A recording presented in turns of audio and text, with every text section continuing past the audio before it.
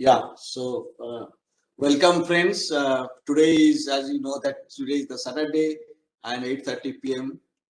It's our usual. It has now become our usual program because we have reached to the 18th week of this mega webinar series, Saturday named as the Saturday Manufacturing Talks. We started sometime in March, and now is the 10th July. You know as you know, that today's manufacturing is very much transdisciplinary. So it has, in one hand, we need to have the presence of, the expertise from the different sectors, but at the same time, we also need the presence of an ecosystem. And for this ecosystem, we need the presence of the government, the industry, and the academia. So all these three, the points should work together for, the successful translation from the academic innovation to the commercialized product.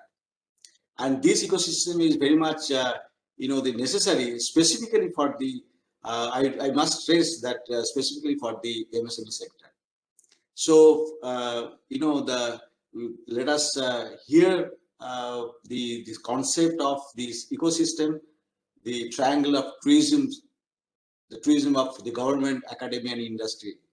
And if you consider as far as the manufacturing in India, so the presence of this ecosystem is very much the needed, because if you look back to the maybe 1 or 2 decades the behind, you'll find that there is hardly any presence of the industry with the academic the world. But in the recent past, there are some the successful the stories specifically for the in the premier institutes like the IITs and IISc or maybe few NITs, but this ecosystem doesn't exist most of the the engineering the colleges or the institutes. So we must think it very carefully, and we need to give a stress on that so that we all work together and go ahead and get the success. Now today's speaker is Dr. Purnendu Sinha. I must mention that the Dr. Sinha is the right person to talk about this this talk, because he is he is from industry, Tata Sons. I'll read his bio sketch as well, and he is closely associated with our Center of Excellence. So that means he knows that the industry, academia, the collaboration, translation, and at the same time he is also connected with the Ministry of Heavy Industries and Public Enterprises to promote the Industry 4.0 concept in the field of manufacturing, and also the ecosystem development. Dr. Sinha works with Group Innovation Tata Sons, where he is engaged in fostering innovation in the Tata Group companies in infrastructure and aerospace and defense sectors. He additionally leads Industry 4.0 and data analytics initiatives. He is associated with the Center of Excellence in Advanced Manufacturing Technology at IIT Kharagpur, driving research collaborations in the areas of digital manufacturing and additive manufacturing. Dr. Sinha obtains his PhD in computer engineering from Boston University, USA, an alumni of IIM Ahmedabad, and he is a fellow of Institute of Engineers and also senior member of IEEE. He is the chair of Program Review and Monitoring Committee (PRMC) of Government of India's DHI Samarth Udyog initiatives at 4 common engineering facility centers. He is a core member of the CII Smart Manufacturing Council, where he leads the working group on assessment. He is the chair of Manufacturing Working Group of Future Tech panel of the IET India. So as as I mentioned, friends, that it's a very interesting topic, and interesting topic from a right person. So Dr. Sinha, we are all eager to hear you. So thank you, Professor Pal. I hope I am audible. Yes. Yeah. So first of all, thank you very much for this opportunity to speak to folks here, and for the warm welcome. Let me share my screen, and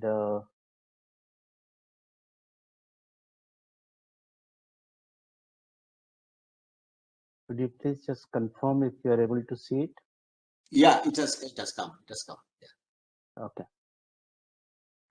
So yeah, so basically, I will be bringing this perspective of how government, academia, and industry, this tripartite collaboration is pretty much needed. And let me uh, begin with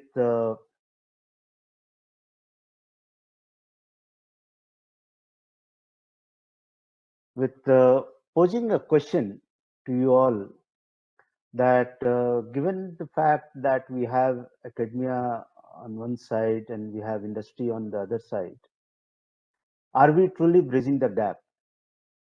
And if we have, then we should have been quite successful, and some fantastic things should have come out. But somewhere there is a gap, and and we'll see how this gap to be bridged, and that is the focus of my today's presentation. Uh, and you would appreciate and and realize that though we have put in effort to do this, there are still work to be done, and through today's conversation we will try to see what are the possible ways by which we could explore bridging this gap. So based on my discussion with Professor Esquipal, and understanding the need, these are the topics which I'll talk about. I'll talk about why there is a need for collaboration, and give you some examples, and from India and abroad also, and then touch upon future of manufacturing, what are emerging trends, and how Center of Excellence in Advanced Manufacturing Technology at IIT Kharagpur could play a big role in India, at least, to address those upcoming and emerging challenges in manufacturing. And IIT Kharagpur COE has a very unique model as a consortium, and I'll touch upon what could be a few suggested, recommended approaches one could take to ensure that the consortium model is successful. So, if you look at, few decades back, you had Bell Labs of the world, and very profound basic research activities were carried out in these labs. But what has happened of late is that industrial research, the senior management or the R&D folks, they have been facing a lot of pressures to come up with product solution processes which will minimize or reduce the time to market, and look at research, and the output associated with those research which are addressing customer needs, right? And given that aspect of minimizing the time to market and addressing customer needs, those blue sky research activities, they are not finding much of research funding within the large corporate labs.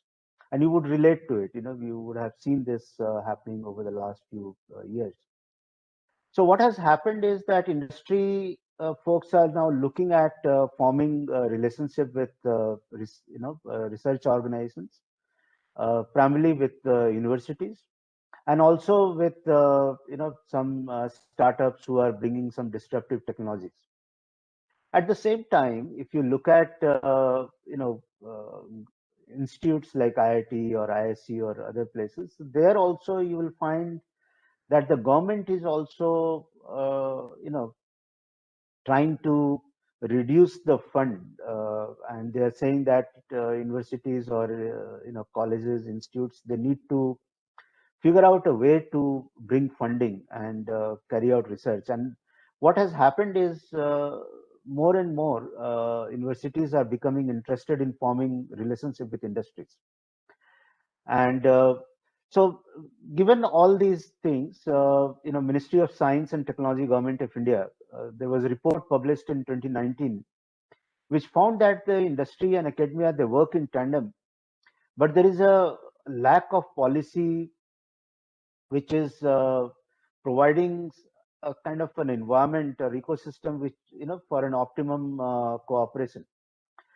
And given that sort of report, and and earlier also, but that report sealed basically the approach going forward, that government is now looking at linking their R&D funding to tangible outcomes by ensuring that there is a collaborative research effort between industry and academia.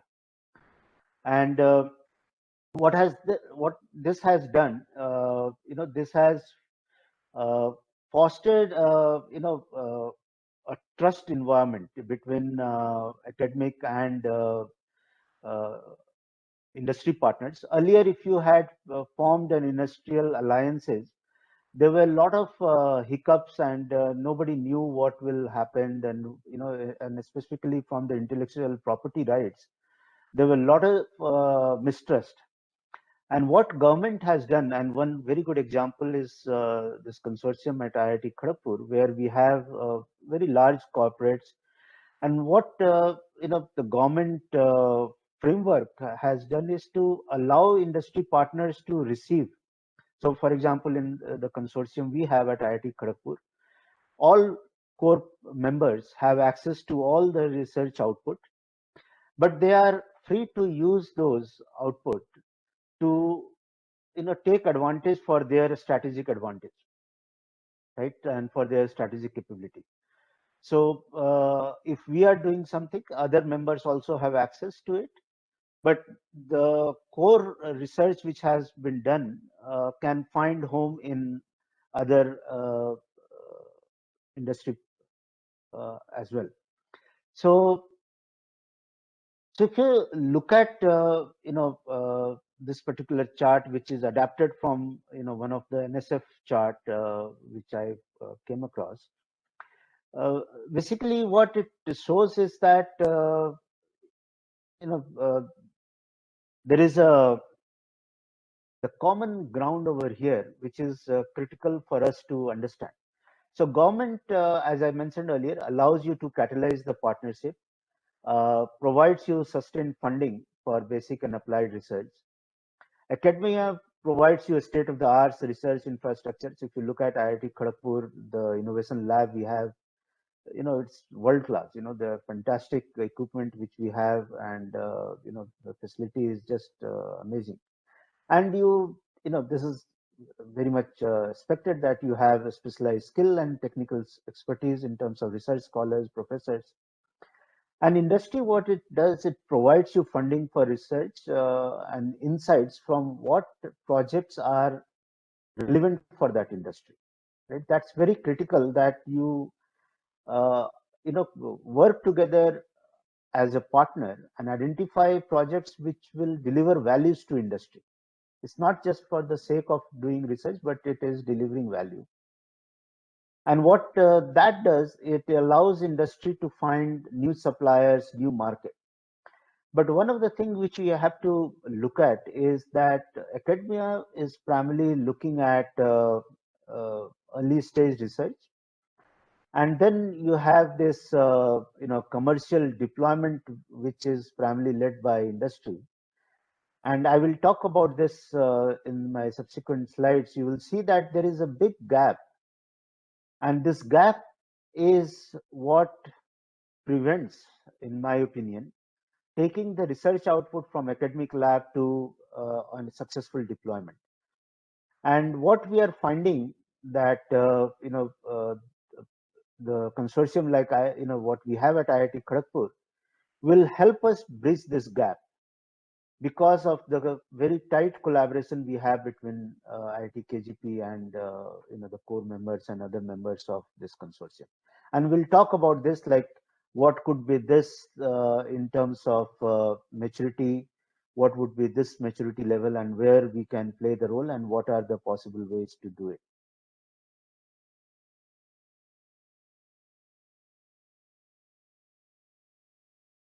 So I just want to highlight, and I know there will be a lot of folks who have been joined from abroad and also from India. Uh, like for example, in the budget, Ministry of Science and Technology, they have allocated 50,000 crores, and it's not a small amount, to form what we call National Research Foundation, and which will act as a liaison and coordinator amongst researcher, central and state government bodies and industry. And why I'm showing this is that there are a lot of initiatives which government has initiated, because it's something which is very much needed if we want to ensure that collaboration is successful between industry and academia.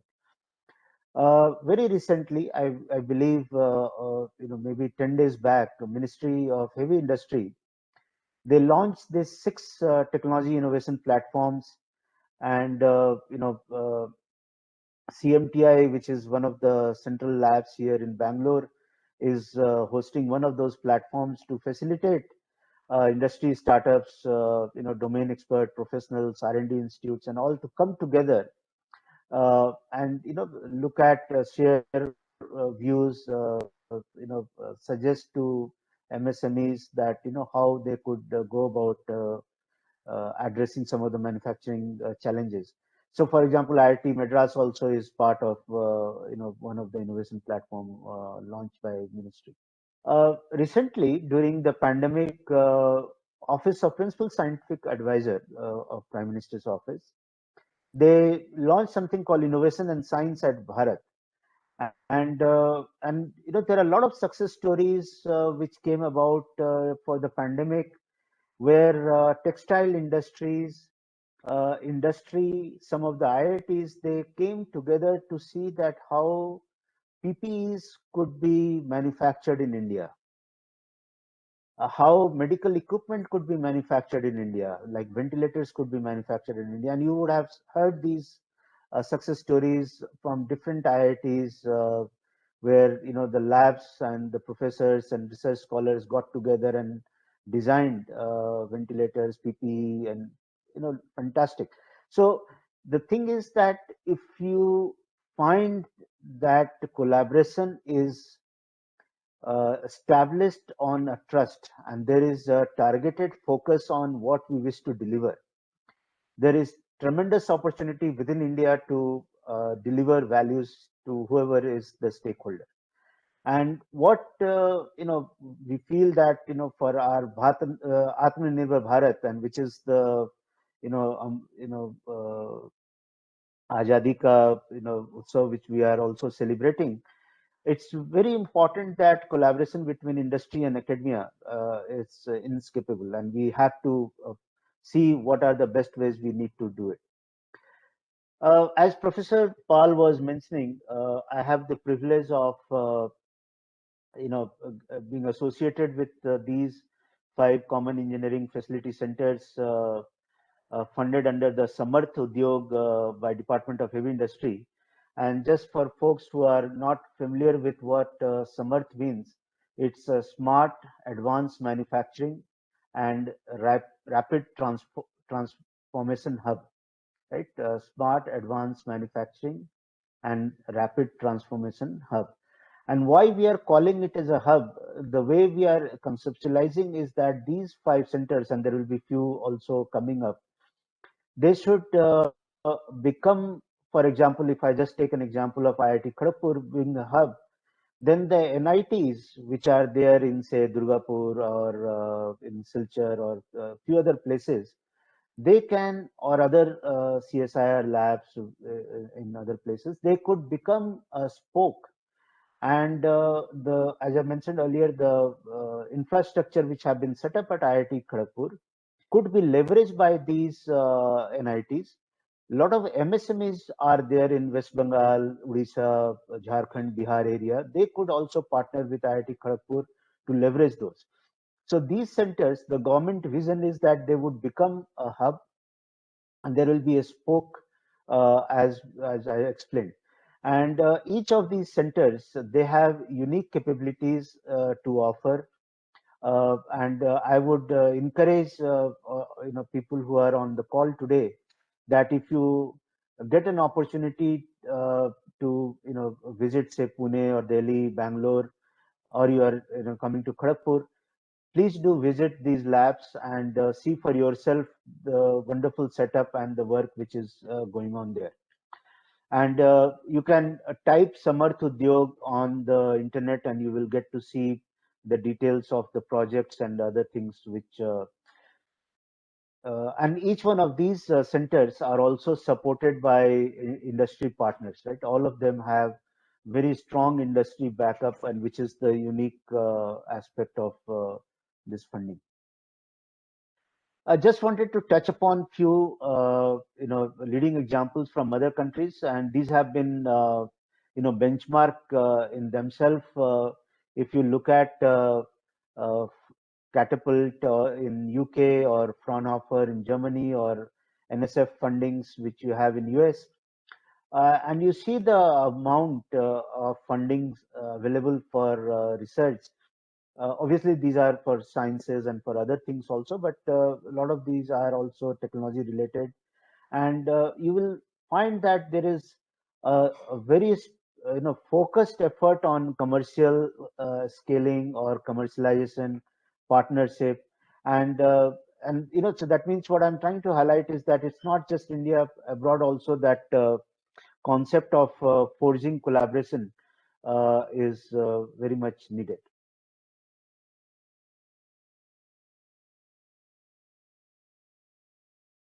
So what I wanted to talk about is that if you look at some emerging trends in manufacturing, and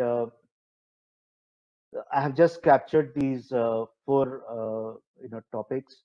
So if you let's talk about the first one, the cyber manufacturing, and what it basically says that your entire manufacturing process, is on industrial IoT, and your fleet of machines are there. You are collecting data from all these connected devices. You have connected worker, you have connected processes. And what you need to look at is that how we are taking advantage of this complex interconnected manufacturing setups which we have uh, to deliver, say, business KPIs which any manufacturing companies would have, is say overall equipment efficiency, productivity, energy efficiency, safety for that matter. So and with emerging technologies like collaborative robots, how do you ensure that the human interaction with the robots are safe, it's adding value without jeopardizing the the that notion of risking jobs, for example, right? So you have to reskill all those workers so that they feel valued at the manufacturing organization. AI is becoming very powerful tool, say from pure diagnostic to right now the way we are doing predictive maintenance to prescriptive as we go forward, right? Looking at prognostic, which can be done very effectively uh, based on past say maintenance data or other logs which we have recorded of a fleet of machines. All these aspects will be very critical.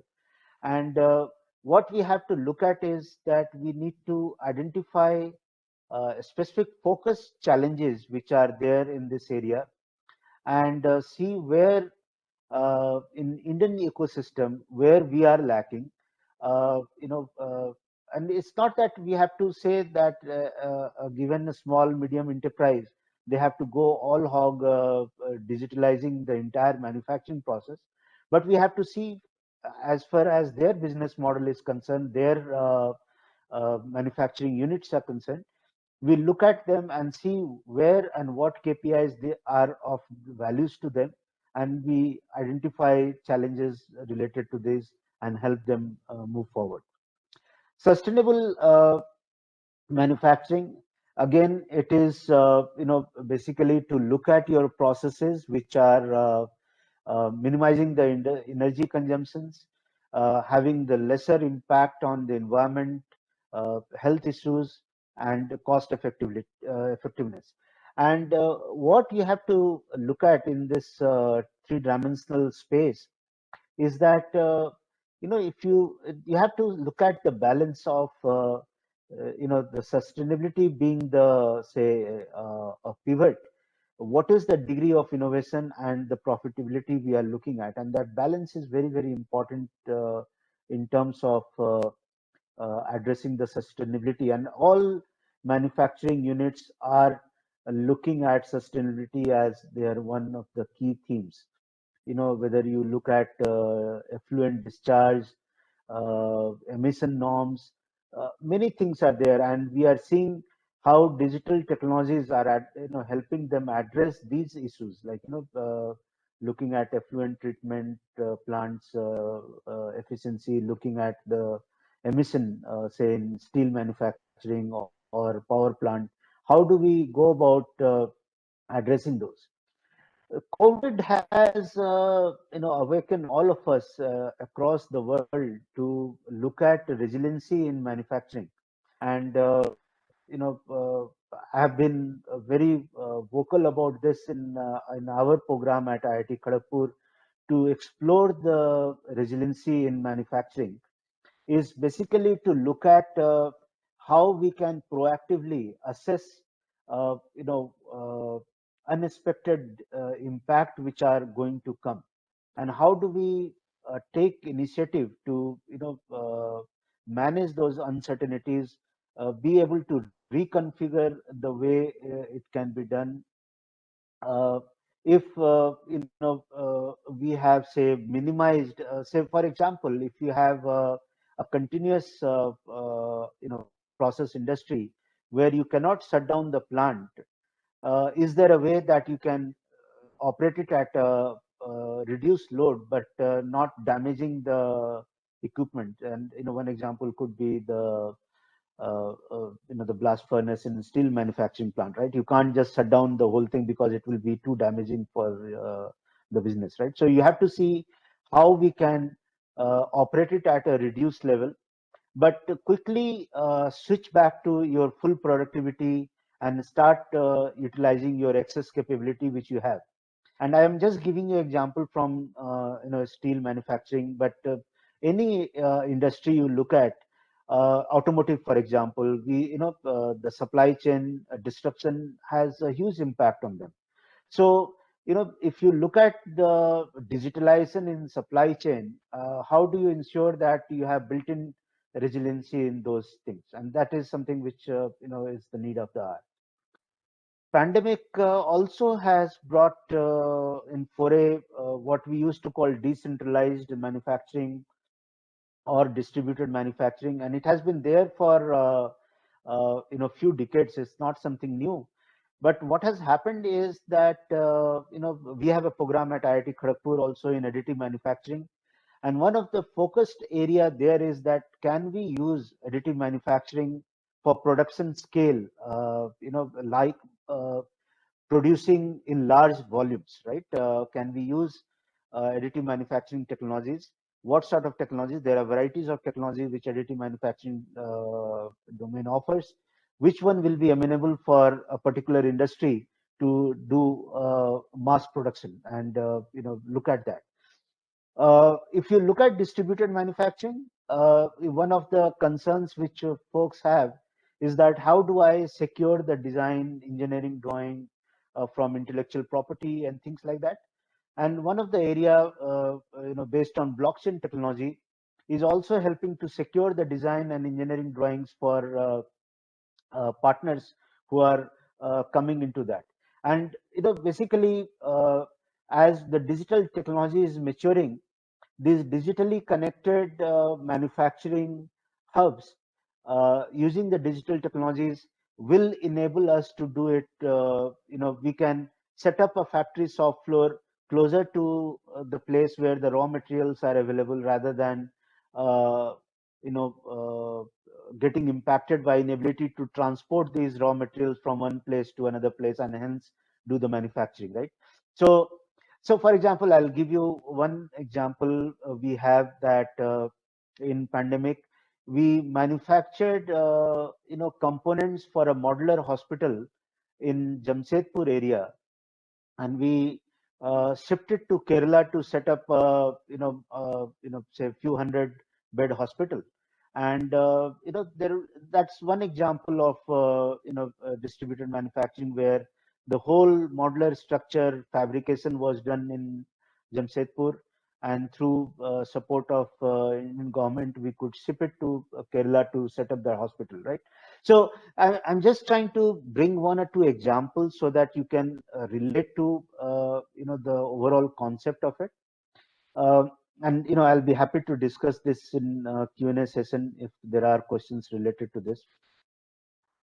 So, given the fact I talked about some of these, emerging manufacturing challenges or trends, what I wanted to talk about is that if you look at academic institutes like IIT or ISC or NITs or other institute for that matter, you have this core research which is primarily takes you from XRL here is looking into technology readiness level as well as business readiness level from 1 to 4. And that's where in general faculty students, they publish papers and they show some experimental results, viability, feasibility of those things. And basically it's a natural death over here. And at the other side, if you look at industry, they take anything which is at TRL 7, and then they take it to commercialization when it's at TRL 9 or 10. What is missing is this gap, which I also mentioned earlier, that between TRL 4 to TRL 7, we have to bridge this gap. And that gap is essentially what I said in the beginning also, that the government enabled framework or the government led initiatives will help us bridge this gap. And that's where premier institutes like IIT, ISC, and NITs or other institutes in India, they need to take the leadership in translating the basic knowledge into production specific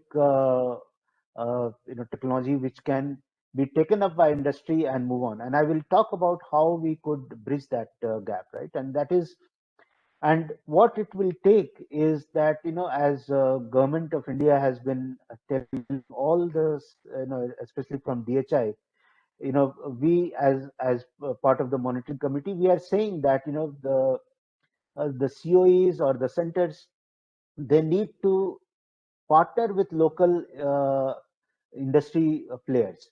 Like in Bangalore, if you look at there are sectors like Pinia. In Kharagpur area, you also have small industry players. You have to bring them on board and help them understand what you are developing on this side of the world. And they also have companies like us and other consortium members at other COEs also, and we will work together to help these industrial partners to take us from technology readiness level 4 to 7.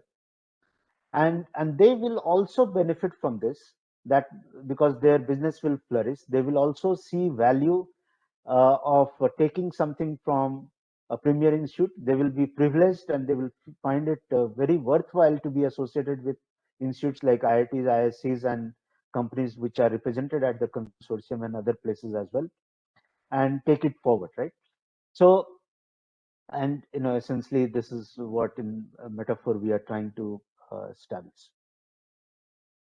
So if I want to just take a I've been interacting with different institutes, and if I look at just an example, I have put COE, Advanced Manufacturing Technology at IIT Kharagpur, in this intersection of this Venn diagram.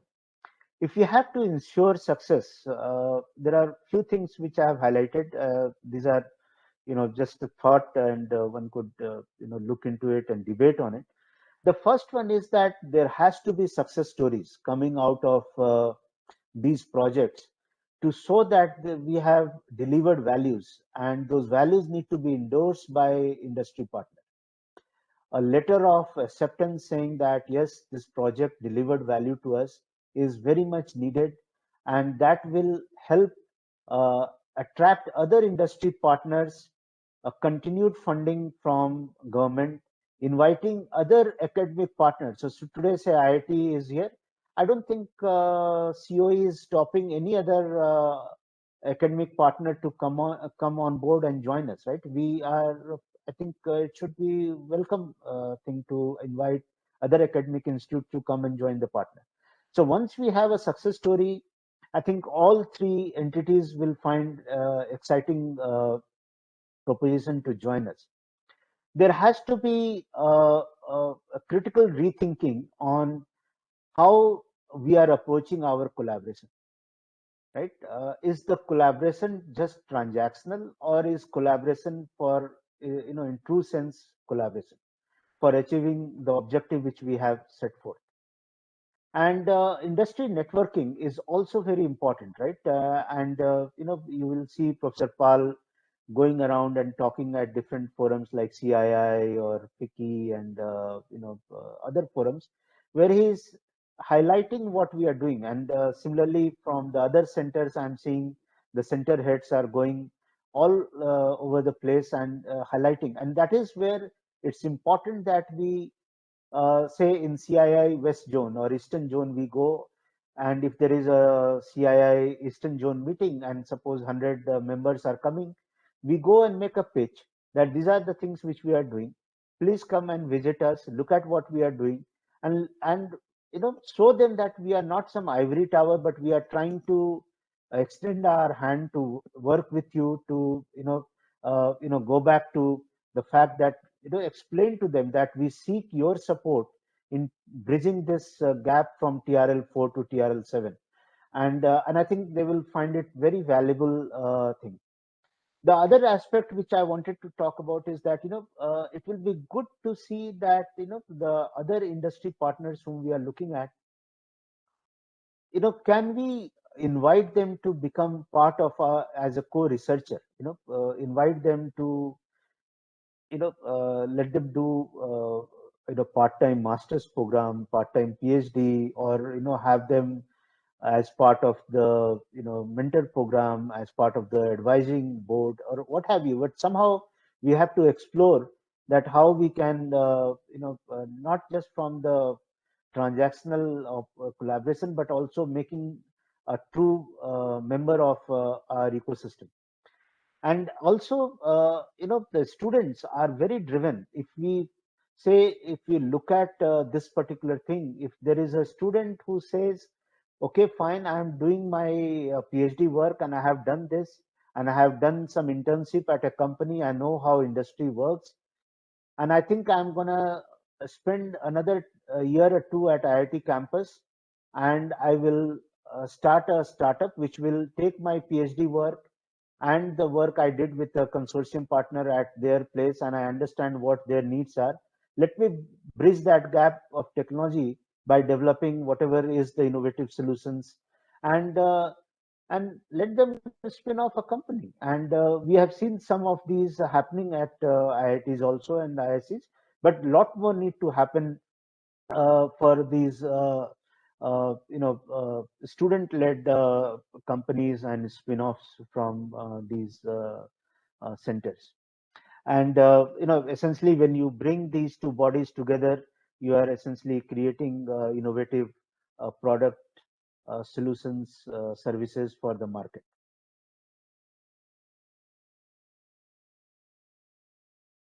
So this is the last slide which I have, and so what I mentioned earlier to in my previous discussions that there is an opportunity for us to develop affordable technologies, product solutions which are specifically for MSMEs, and help them adopt industry 4.0 technologies and solutions.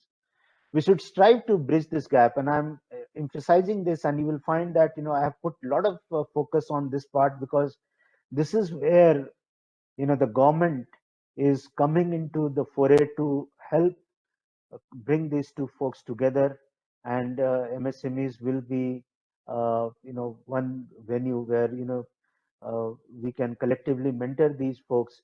And we have a couple of startup companies as part of our member in the consortium, and we need to invite more. It's not enough as of date. We have to invite more, and MSMEs as well. And as I said that if we show success, we should be able to attract international collaborators, both institutes and industry partners, right? And it's uh, uh, very much needed, and I think it will boost our image, boost our visibility in the ecosystem. And final remark is that if we have to embrace emerging technologies, industry academia collaboration with an enabling government framework is essentially critical to innovate and commercialize the solution which we are developing. So, Professor Paul, that concludes my talk. Over to you, please. Yeah, thank you, Dr. Sinha. I mean, it's really a wonderful talk. In fact, you have touched upon all the points. Actually, I'm running the Center of Excellence, in advanced manufacturing at IIT Kharagpur.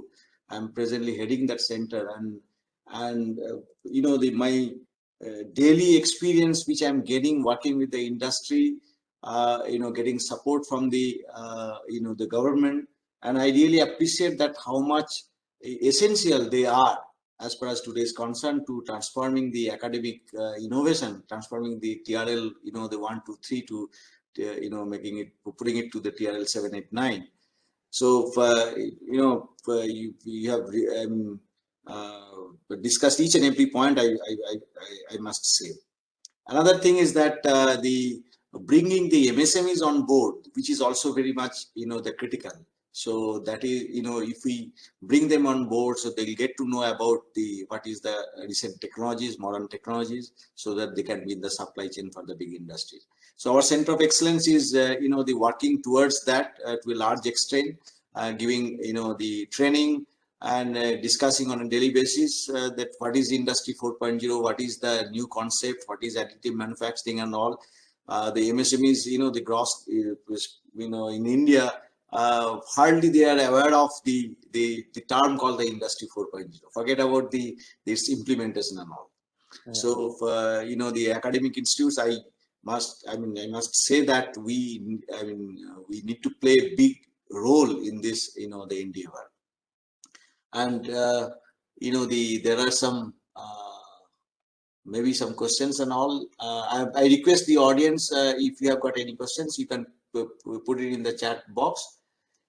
Yeah, so some appreciation is there for Dr. Sinha, that's from Manish Kulkarni. Brilliant presentation, Dr. Purnendu Sinha. Thank you for sharing your useful views.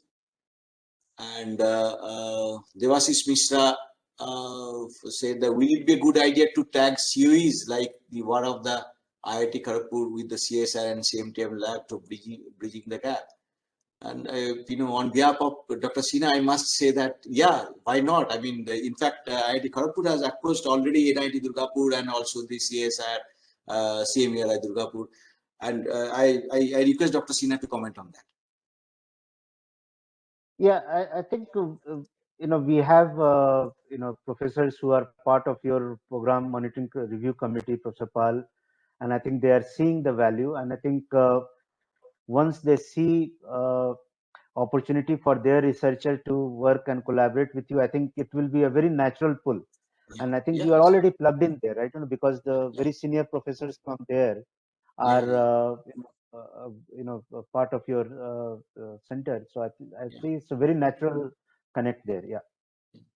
And another thing I'd like to add, which you have mentioned, is that the quick success stories, and our center is 3.5 years old, and just when we had the real time, the defect identification model collaboratively, done with the help of the Tata Consultancy Services, and after that the center's visibility has increased like anything. Now, just few days back, CDAC came forward. so they want to work with us. The startups are also coming up, seeing, getting know about our AI-based model for the defect identification, real-time model for the defect identification. Yeah, one question, I think it's from, it's a long question, I believe. Yeah, Dr. Sina, it's from Dev 1G. Dr. Sina, can you give any concrete examples of applications of AI in Indian manufacturing? Suggestions for COE before the COE expands in interaction with entities outside IIT KGP. It should be first seek and get other disciplines of COEs present at present too. Dr. Sina, can you see the chat box? Yeah, I saw that it's flashing on my screen. So can you give? The question, the point is that some concrete examples of application of AI in Indian manufacturing. Yeah, so AI is a very loaded term. It encompasses a lot of things. I must say that from data analytics point of view, we have success stories coming out of this COE, and the work which Professor Pal talked about with TCS, and what we have also from Tata Sons as part of the predictive maintenance work Yes. which we have done. These are some of the success stories where data analytics we have looked at. If you look at AI and if you see deep learning as an application with Professor Sankhade, we have one of the project where we have looked into video analytics and video processing using deep learning techniques to do the navigation of robot arm manipulator for one of the very hazardous environment area. So there are some success, which have come out. But I must emphasize that a lot more need to come, and these need to translate into deployment at the factory shop floor, right? We Yes, have been yes. able to show the success in the lab, right? Today, yes. these are all success, but we need to deploy them as a successful implementation. I think that would address that particular question. Yeah. In fact, what you said is absolutely, the correct. Sometimes we, the faculty members, we get elated when we do some, do some innovation and all. But when you try to implement for the manufacturing, the shop floor, I'm giving an example that we have recently did the AI-based, the job dimension, the analysis through image processing and all. And then we found that it's absolutely, the correct and all. It's giving a very minor the deviation accuracy close to 98% and all. But when you wanted to implement in the chassis dimension analysis for the Tata Motors, so they want plus minus 1 mm deviation out of 1000 mm. We are getting plus minus 2 mm deviation out of 860 mm dimension and all. So we are working hard. We have developed all the UI at the software and given it to the Tata Motors for implementation. So that sort of now we are trying to figure out the ways how we can minimize the error and all. So a lot of the miles to go before it actually gets implemented. One question is from Professor C.S. Kumar, I believe. Yeah, Dr. You have nicely described the interaction at IIT Kharagpur with you yourself also being involved. I hope this will motivate many others to follow and motivate. Oh, that's a compliment. Yeah. And Professor Subir Majumdar has mentioned excellent presentation by Dr. Sinha. I'm originally from Jamshedpur and I still visit Jamshedpur at least twice a year. Please let me know the name of the company facility for the modular hospital which has been built in Jamshedpur. Would like to interact with them? Oh, just to correct, it's not a hospital built in Jamshedpur. It was built in Kerala. The modular component for the hospitals were built in Jamshedpur. Support of Tata Steel. That's what I meant. Yeah, so from Professor C.S. Kumar again, he has mentioned we are at IIT KGP, need industry to specify the challenges to our students and give them opportunity to contribute. Yeah, that's very much there. And whenever I have come to KGP, I have interacted with students. I spend full day and good fun to be and interact with all the faculty members. And I have interacted with students all along. Yeah, that's very much part of our interaction with academic institutes. Yeah, so I think one, the suggestions from Mr. Manish Kulkarni, that is suggested to me. Dr. Surjapal, could you please highlight the COE at IIT Kharagpur's initiatives in collaborating with industry clusters, especially MSMEs in manufacturing sector? Yes, sir. We have, we are interacting. I have interacted with the clusters as well. That was supported by the CII, coordinated by the CII. So they visited our the centers.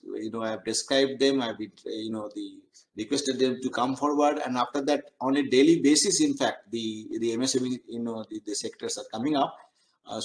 In some of the cases, we as we start discussing with them, we they start developing the problems. Try to do the solutions as well.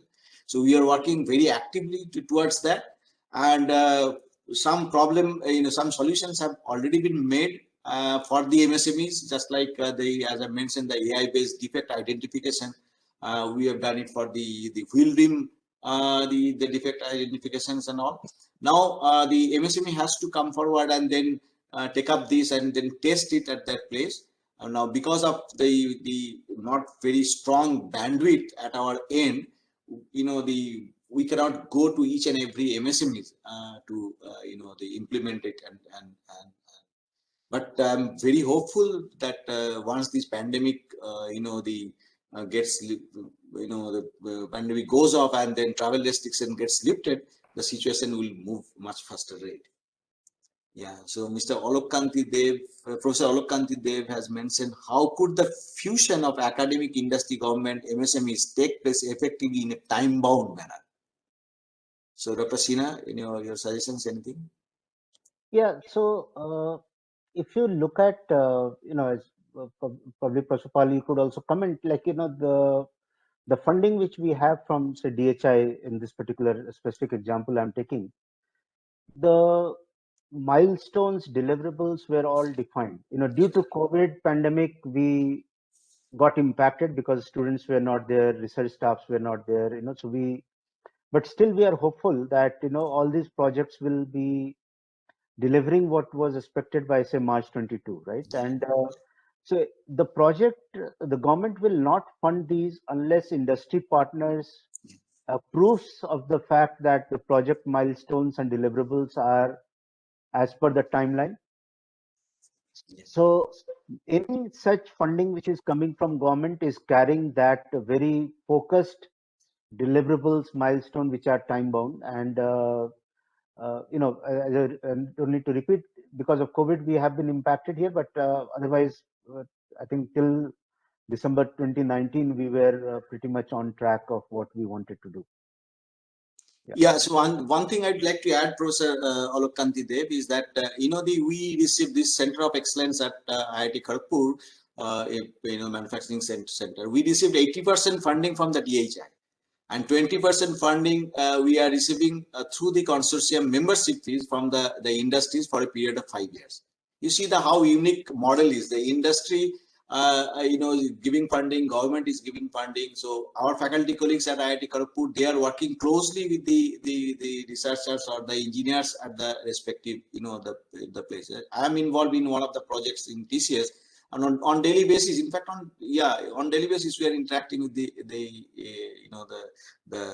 researchers of the TCS and all. And each and everything is time bound, and COVID has impacted. And it has impacted for the projects which are, which includes large number of experiments and all. Specifically for the robotic, the sample collections through the robotic device from the furnace, which is the Tata Steel project. But if you consider the Tata Consultancy project, so there it was large component was the AI based and the ML based model, the development for the prediction of the defect, which is running smoothly. Similarly, for one of the projects funded by the Tata Sons for the prescriptive models for the I think it's for the Tata Metallics, their asset evaluation and all, that also got delivered on time. So it depends on the type of the problem and all. but we are pretty hopeful that the pandemic situations will be off very soon, and then we'll be again be active in our work. Dr. Sinha, a lot of questions are there again.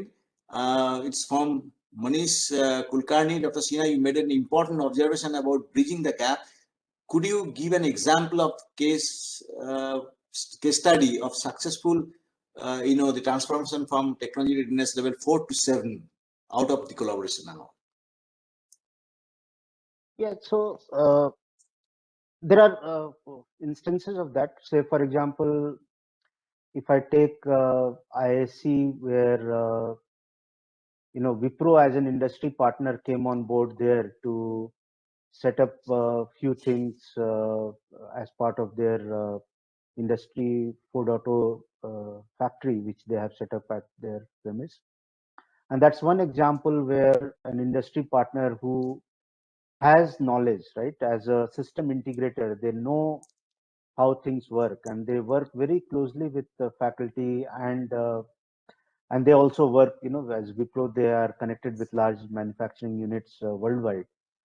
That's where, for example, the project which Professor Pal is working on is also, TCS coming in between, is trying to bring in all the mites of what industry would do, right? And here we are not involving MSMEs kind of a thing, but in ISC case, there are MSMEs who have come on board. CMTI Bangalore, C4I4 in Pune, IIT Delhi, all of them have partnered with smaller manufacturing companies who are supplying them certain technologies, looking at what research has been conducted and how it can be deployed in industry. But it's not a whole lot, I must admit to that. But yes, there are some budding example of these things which you can see. Yeah, so there are a few more questions, but because of the time constraint, I'm skipping some of the questions which are of similar the nature. Mr. Anand Bhushan has mentioned, like, Dr. Sinha, do you feel all these will lead to India becoming a manufacturing hub like China? If yes, any time frame? So I'm very hopeful. As an Indian, I'm very hopeful, and I think the government support policies, incentives, in this recent budget also, the performance linked incentives, the PLI, which was announced by honorable finance minister, is towards that. And the if we show companies that how digital technologies are going to help them improve the quality and become world class quality manufacturing units and being efficient, if we address these two parameters, at least in India, quality and overall efficiency, I think we have a chance to become manufacturing hub in the world, because these two aspects are pulling us down to some extent. But I think we can definitely address these, and I think the country is ready for it. Support from all sectors are there. There are two more questions which are similar of nature, posed by Mr. Manish Agarwal and also Utkarsh Verma. That how come the students be involved in the in bridging the gap from TRL 4 to TRL 7? So how can they be associated with the Center of Excellence? Yeah, if I answer these questions, is that yeah, students are always welcome, because the projects which we are handling purely of the industrial the need, and at the same time some offshoot problems are also getting the solved. If I take an example of the ISC Bangalore, IIT Madras, they are also doing, and IIT Kharagpur we are also doing. Every places we encourage the interns or the students to come forward and work with us in solving the industrial problems. Just to give an example, that two NIT Trichy, the students are working with us on the chassis dimension, the check problem. So they have developed the code, based on that. Our doctoral scholars, put some effort further, and then they came up with the software which has been transferred to Tata Motors very recently, just 1 week back. Now Tata Motors Jamshedpur unit is working on that to doing the beta testing before they finally say yes, this is something it has, that Kharagpur has done. So students are most welcome. You can write to any of the COEs, CFCs. If you are interested at IIT Kharagpur, you can write to the COE or to me. I'm a faculty member in Mechanical Engineering Department, Surjo Pal. You can get my email ID from the website itself. So we do have the faculty. Yeah, Yes, yeah. So Dr. Sinha, you please answer if you can add some more point. Yes, I just wanted to add on what you just said is that if you want to bridge that gap, TRL4 to TRL7, it is very important that you understand the business aspect of it also. And every IIT and leading premier institutes in India, they are supporting what is called a startup cell, right? IIT Kharagpur also has a a place where they support startups, started by their own graduates. But you have to create a business model. You have to create a business case, and that has to be funded. There are some seed money you can fund it by some angel funding or the funding from IIT Kharagpur or some other premier institute. But the business case preparation is very, very critical, and it has to tie to what expertise you developed during your master's thesis project or PhD thesis project, and what you understood from the industry. And if business case is not strong, then you are not attempting to bridge that gap. You are basically just uh, you know creating another academic exercise, but not something truly taking to the next level of TRL. But yeah. One the suggestions from Mr. Dev, the manufacturing is interdisciplinary. To be effective, the COE at KGP2 need to be inclusive and interdisciplinary. Yes, sir, that is, you are absolutely right. The Center of Excellence at IIT Kharagpur, we are working on 4 thematic areas like materials, design and automation, additive manufacturing, and Industry 4.0. And for all these, the cases, we are having the faculty members, researchers from various departments and centers and schools.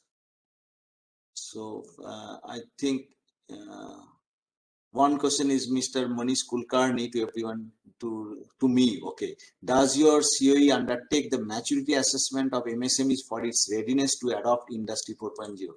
Sir, we are, what we do. Let me tell you, our work plan.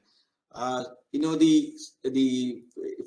are trying to find out the problem statements from the various, the MSMEs. When you get to know about some problem statement that this is what the MSME, the suffering, or the MSME may be needing this sort of solution, then we immediately start working on that, and then develop our model and all, and then we try to invite the MSMEs. So if they come forward, then we discuss with them, and if not, the problem, the innovation lies with us.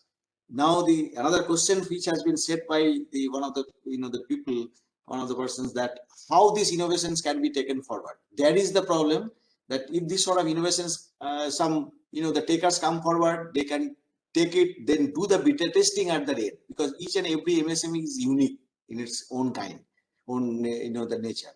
So even though we come up with the the technologically matured model, but it must be the beta tested the way that Tata Motors is doing our beta testing our model. Similarly, the MSME has to do the beta testing at its own place. So unless it is done, so definitely that cannot be transported. Dr. Sinha, would you like to comment anything on? Yeah, so I think it's a good question, Mr. Kulkarni, and thank you for asking. I will say, wearing my CII hat now, that as part of CII Smart Manufacturing Council, we have developed a maturity assessment model, which is online. If you type CII Smart Manufacturing platform, you will find an online assessment tool which any MSMEs can go register and do a very basic online assessment. And what CII will support you after that, if you wish to do a detailed deep dive assessment, you can request them, and somebody could do the deep dive assessment. But online assessment encompassing a six facet of manufacturing is all covered as part of the assessment model which we have developed.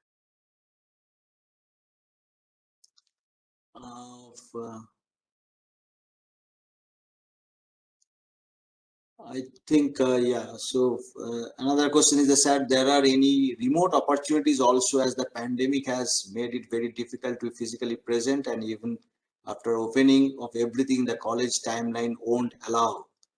Yeah. So Mr. Utkarsh Verma. Yeah. So these days interns are working mostly on online.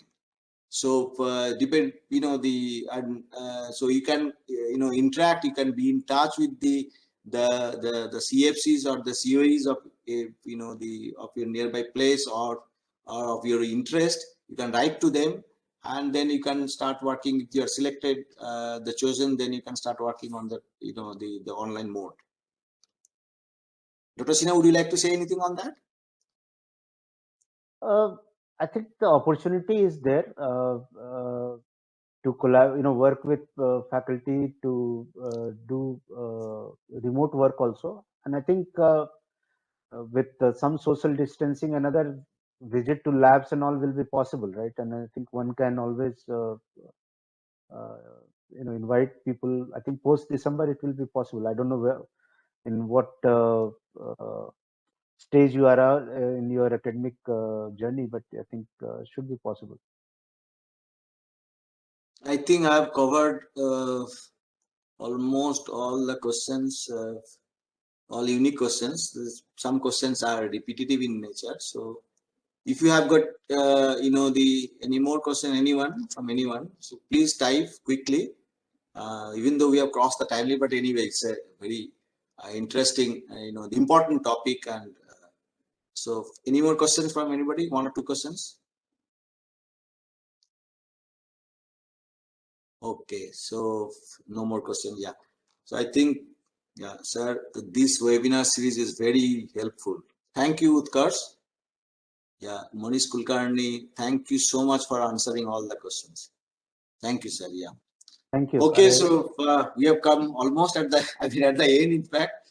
So, Dr. Sinha, it's a very wonderful talk, and you have covered all the points. I'm really glad, and with your encouragement, with your support, cooperation, and suggestions, all the COEs will move forward in coming the years and all.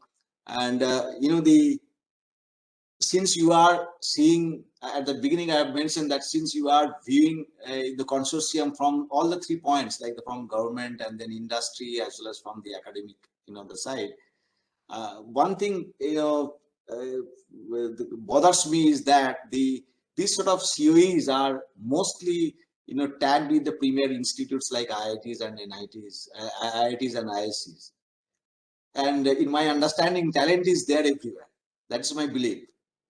And so gradually this sort of concept has to be taken to the institutes, mainly, I mean, I would say that some of the NITs and all. Then what will happen is that the growth of the country will be towards this the work culture which driven us. That's my own understanding. It is better not to restrict it. Even though I am sitting, I am talking from the IIT. I must say that this sort of concept, the ecosystem model, this should travel towards the other institutes as well. That's my yeah, I definitely agree, Professor Pal, and I think it's very apt that you pointed this out, and I'm sure government must be looking into this. I think when the Samarth initiative started, probably government also looked into some of these premier institutes to carry the flag forward. But I think in the next round of funding, if it comes, definitely a lot more institutes from NITs and other the private institutes which are doing wonderful research work in India. yeah. They will be also considered. I think Yeah. it all depends on how strong industrial partnership you have been able to forge. Yeah. As you see from our effort, you can relate to is that, unless Yes. you forge this partnership, that the company backs you all along, Yeah. from proposal writing to defending the proposal in front of ministry, to actually getting it signed off, and then continuing to support and ensuring that the deliverables are all made as planned. Yes. So that sort of support is very needed. And I would, if faculty members are there online from other institute, I think if you are looking for fundings like this, it's nothing stopping from government to fund you guys, but it's important that you start socializing with industry partners. Not needed like you have to go to the big organizations. You have Yes. to reach out to smaller ones also. But as long as there is a deeper connect and understanding, and the government sees that, and the academic professors also sees that, their intellectual appetite is also preserved, at the same time there is an outlay for their work. I think that balance has to be drawn upon, and Yeah. that's only comment I would have, Professor Pal, for this, please. Yes, I mean, you have rightly told. It's a huge effort. I mean, I can remember that we had to travel. I think, I mean, large number of industries in forming the consortium, and we worked almost more than a year, 1.5 year time before we submitted the project proposals to the ministry and all. Even though it's the great effort, a huge effort, but the other institutes, they should also come forward. You have rightly mentioned, and to build this sort of the industry academia environment within the academic complex now. Thank you, Dr. Sinha, for your wonderful talk, your time, and I'm really grateful that you have accepted our the invitation, came forward to talk on a nice the wonderful topic. Yeah, so with this, I mean, let us see that what are the talks in the coming the weeks. Yeah, Professor Amitabh De from IIT Bombay. He is a man in welding, additive manufacturing. So we are all eager to hear Professor Amitabh De on additive manufacturing on July 17th. So please, be present if you are interested on additive manufacturing. The next talk would be on the AI and its activities in the field of manufacturing by Professor Sudeshna Sarkar. Professor Sarkar is a faculty member in computer science of IIT Kharagpur and also heading the Center of Excellence in Artificial Intelligence at IIT Kharagpur. We are jointly, the working artificial, the center and Artificial Intelligence Center and the Advanced Manufacturing Center. And we are coming up with a course called AI in Manufacturing, which will be floated in the coming semester, fall 2021, for the IIT, the graduates, IIT students. And we are also working with the Tata Motors for coming up with a specialized course on AI in manufacturing, again with the Professor Sarkar's, the department. And then the last week on the in July, that is on additive manufacturing by Professor Paolo Bortolo. Paolo Bortolo is a faculty member from University of Manchester in the UK. So this is our schedule for this month, and August is also full, and we are going towards the September, identifying the speakers and all videos are all the webinars are getting recorded, and we are putting into the in the Google Drive. And so if you can scan it, and if you you can watch the videos as well. And so if you're unable to come or attend at any week, then you can get the you can see the recorded video, you can watch the recorded video. Yeah, with this I'd like to close today's session. Thank you so much, Dr. Sinha, and thank you all the participants and attendees. Thank you, Professor Pal, and good night.